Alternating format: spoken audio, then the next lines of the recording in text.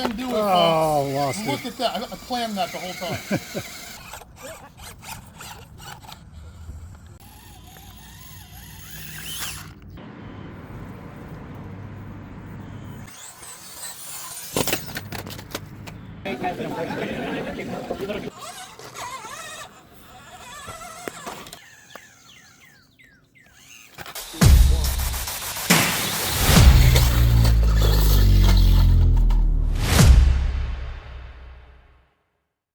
Welcome back to the channel, everyone. Michael with RC Crawling. We've got some mods already installed on the SCX30. We're doing Injora wheels and Injora Servo. I've already installed these. I am going to play the footage of how to install these and my method for doing so you can get them installed right the first time. We're going to run it on the rocks after we set it on the setup table and the 4-corner scale to check out all the numbers. Let's take a look at the weight of the wheels. We will do stock wheel on one scale and the new Injora wheel on another. So we are 0.9 on stock wheels and 3.8 grams on the Injora wheels. So good weight difference that will help keep this thing planted, add some low down weight. As a lot of us have figured out, unfortunately, the RC 4-wheel drive tires will not fit on the Injora wheels. So we are going to pivot and we are going to use our stock tires on the Injora wheels, which I have already done one to test to make sure it works. I will show you how we're going to do this. Of course, we're going to start by taking our stock wheel and tire off. These are glued on, but we can peel them off and they'll mount right onto the Injora wheels. So the way we're going to do this, we're not going to mess with boiling, soaking it, and all that nonsense. Waste of time. We're going to grab the tire, pinch it, and just pull. And you hear that glue breaks, that gets it started. Let's try to get it started on the rear side. And we're just going to keep gently working around the tire. And turn around and do it on the back side, just gently pinching and pulling until that glue releases.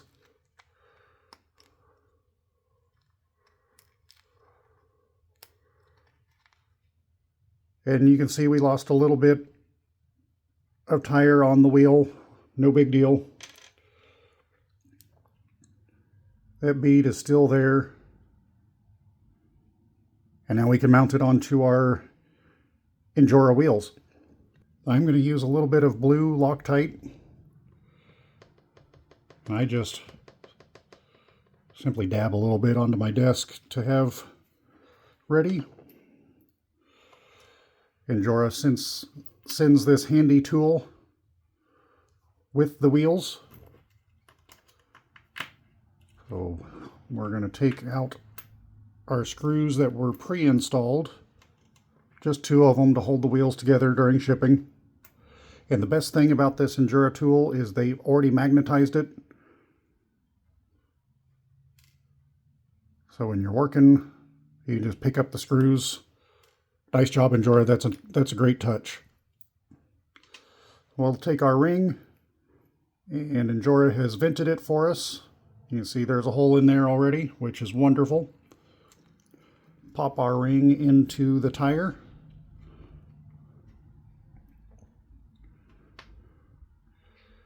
Drop our outer wheel face, and then the back of the wheel hub.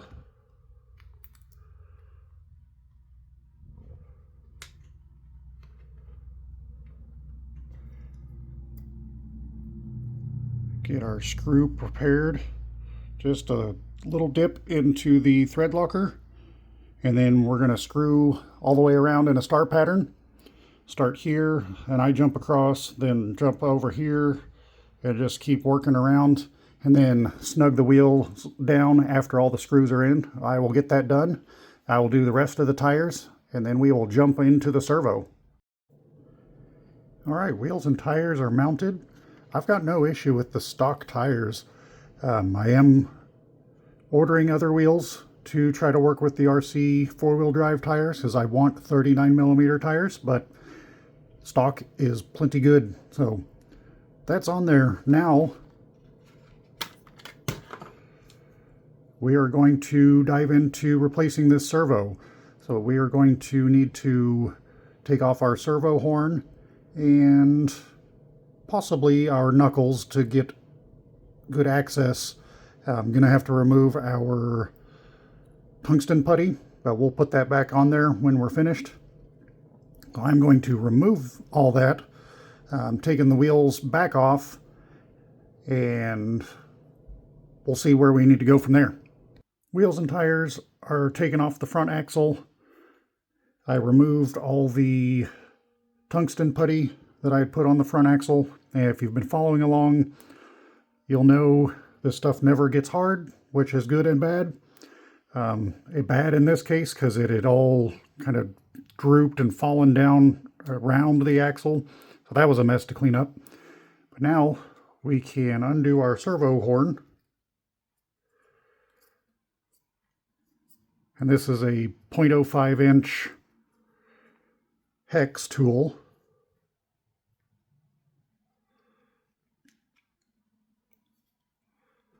So now our steering links are free from the servo, and we've got 2 screws here that we will need to unscrew. But first, let's go ahead and unplug our servo. So the gray wire was closest to the front of the car, so I'm assuming that's our signal wire. That's the way we'll plug in the new servo.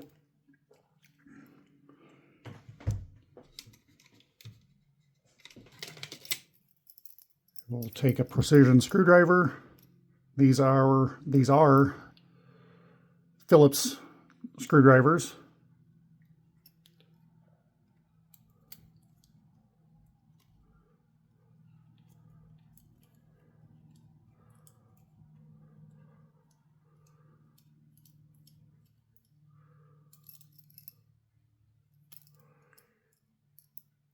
And we're just going to remove those screws. So there's one.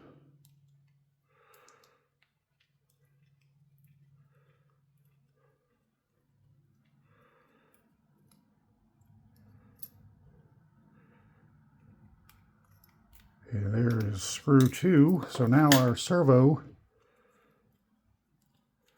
is loose, but we've just got to get it untangled from the chassis. Looks like we've got a nice wire clip in there, so I am going to get this completely free. We will need to remove the screw from our drag link into our servo horn, so I'm going to go ahead and unscrew that too, as we will replace that with the new servo.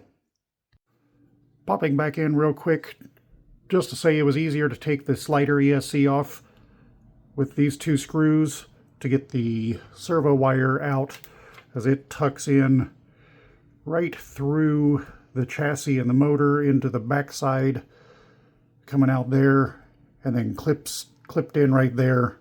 So easier just to go ahead and remove that to get the clearance needed to slide that wire out. Now we've got our new Injora servo, and we will do this in reverse.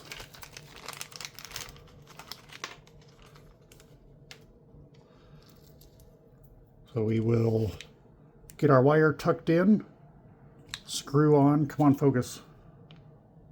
Why would I want to look at the screwdriver? All right, we'll get our wire snugged in to the chassis. We will put these 2 screws back in to mount it to the axles. we will plug in the servo and turn on our truck to center our servo, and then we will put on the servo horn. So I'm going to go ahead and do most of that, and I will check back in when we are centering our servo horn. We've got the servo installed. We've got the new servo horn on the steering drag link.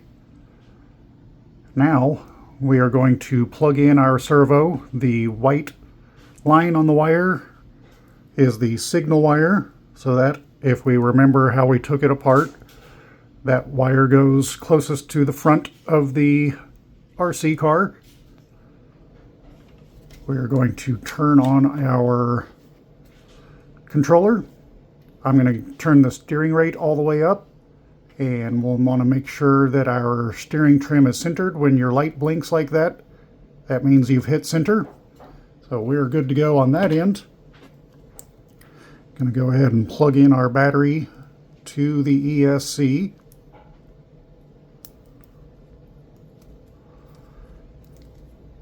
And we're going to turn it on. I don't know if that shows up. I did a purple headlight mod. I used a round hole punch and got some purple plastic and just glued it onto the headlights. So another way to customize it if you would like to. So now our truck is on, our controller is on, and you can see that our servo is working. It should be centered, but when you put on the servo horn, it's not centered. This tripped me up for a minute. I've seen it trip up some other people. So if we take a look at our servo horn, you can see that there's a notch in the top of it. And if you look at what's on the servo, you can see that notch there. It should be near the top. It just pulls off. So that's our servo saver. We are going to reinstall it.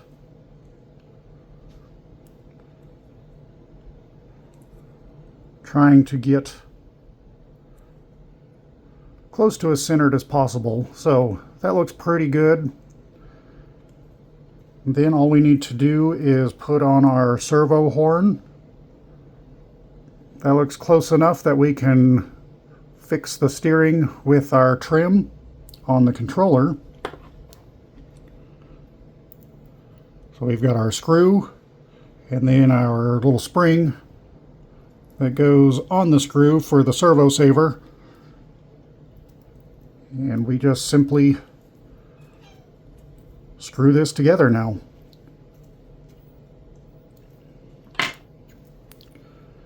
Now we can play with our steering trim.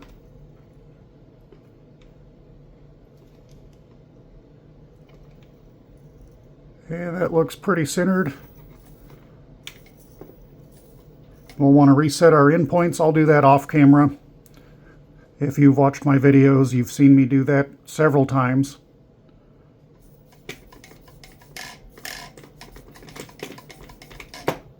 There we are, all finished. So next, I'll get it buttoned up, put it on the 4-corner scale, and I think we should go run it. Let's go ahead and test the Jeep with the new wheels and servo on the setup table. We'll test the vertical first.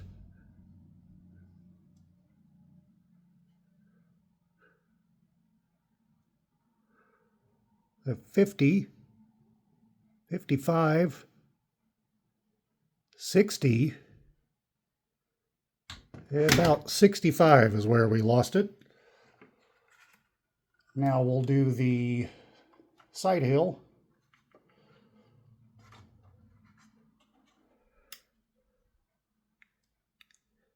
$30, $35, $40, $45, about $49. So in the last video we tested the side hill and we improved to 45 degrees with the +2 millimeter axle shafts.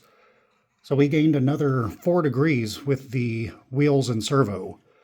Let's go ahead and put it on the 4-corner scale and check out the weight distribution. We're going to go ahead and throw the Jeep onto the 4-corner scale, check out our weight bias. Last time I had it on the 4-corner scale, it was about 55-45.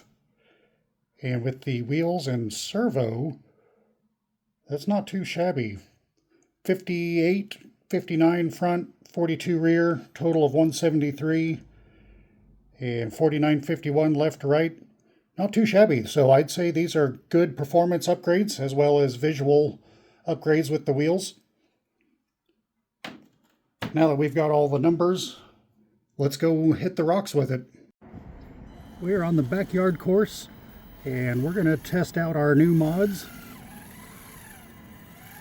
So if you've not watched the other SCX30 videos, I have done hot racing plus 2mm extended axle shafts, some body mods, and of course some tungsten weight. And that's all, other than the wheels and servo that we're doing today.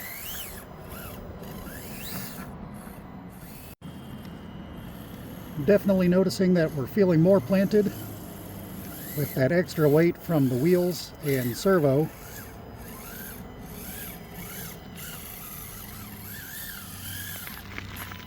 I'm able to make this climb way easier than previously before we added the weight.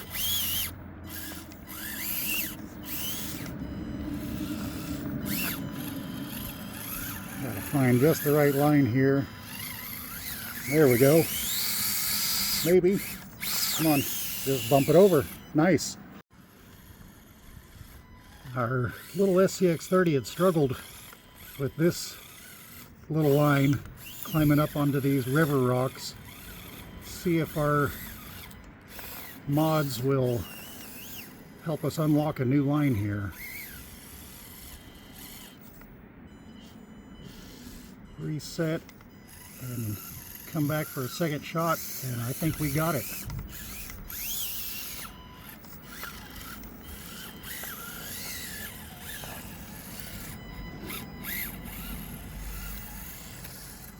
Ooh, and a header to finish it off. We've been able to do this 45-degree climb. Let's try it again with the extra weight. Shouldn't hurt us. If anything, get a little bit better traction.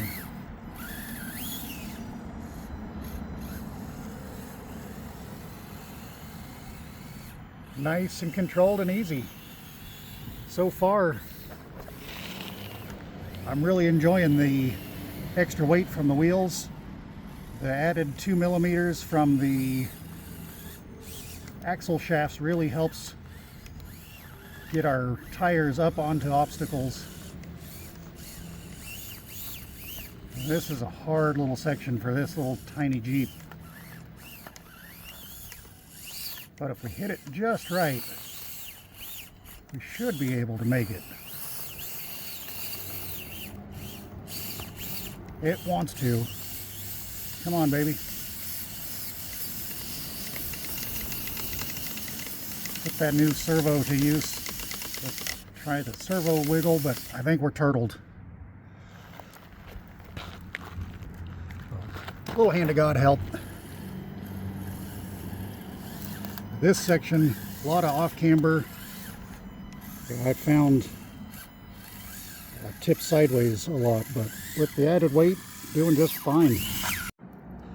Let's try the climb up the boulder field. This is one of the hardest sections for the 24s. The 18s can handle it. Maybe a little easier, maybe a little harder. It all depends on your tire placement and track width. But somehow this little 30 just fits right between all these rocks. Even throwing rocks around now.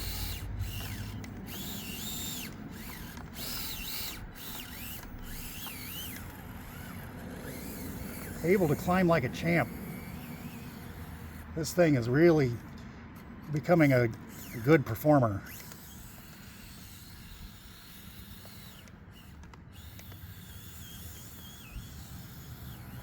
Just nice and planted. I feel very confident with it, with these new mods. Let's see how our wheel and tire combo does over these wooden limbs. And able to make it. We're going to try this really gnarly gatekeeper onto the course.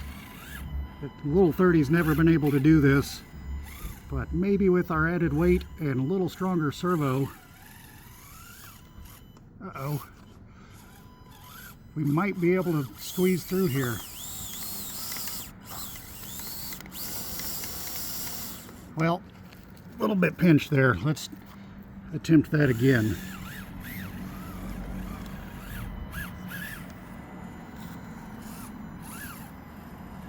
Trick is to not bury our rear tire in that crevice. Just like that. There we go. And we made it. Surprising, that's awesome.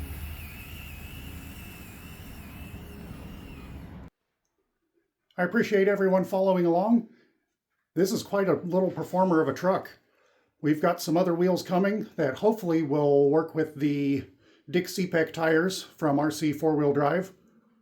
So when those show up, I of course will update everyone and make sure that we can use those, because I know everybody's looking for good wheels that will fit RC 4-wheel drive tires. Don't forget to like, comment, subscribe, and share. Hype it. I don't know what that does, but give me a hype. So I appreciate everyone watching, and I will catch you again soon in the next video.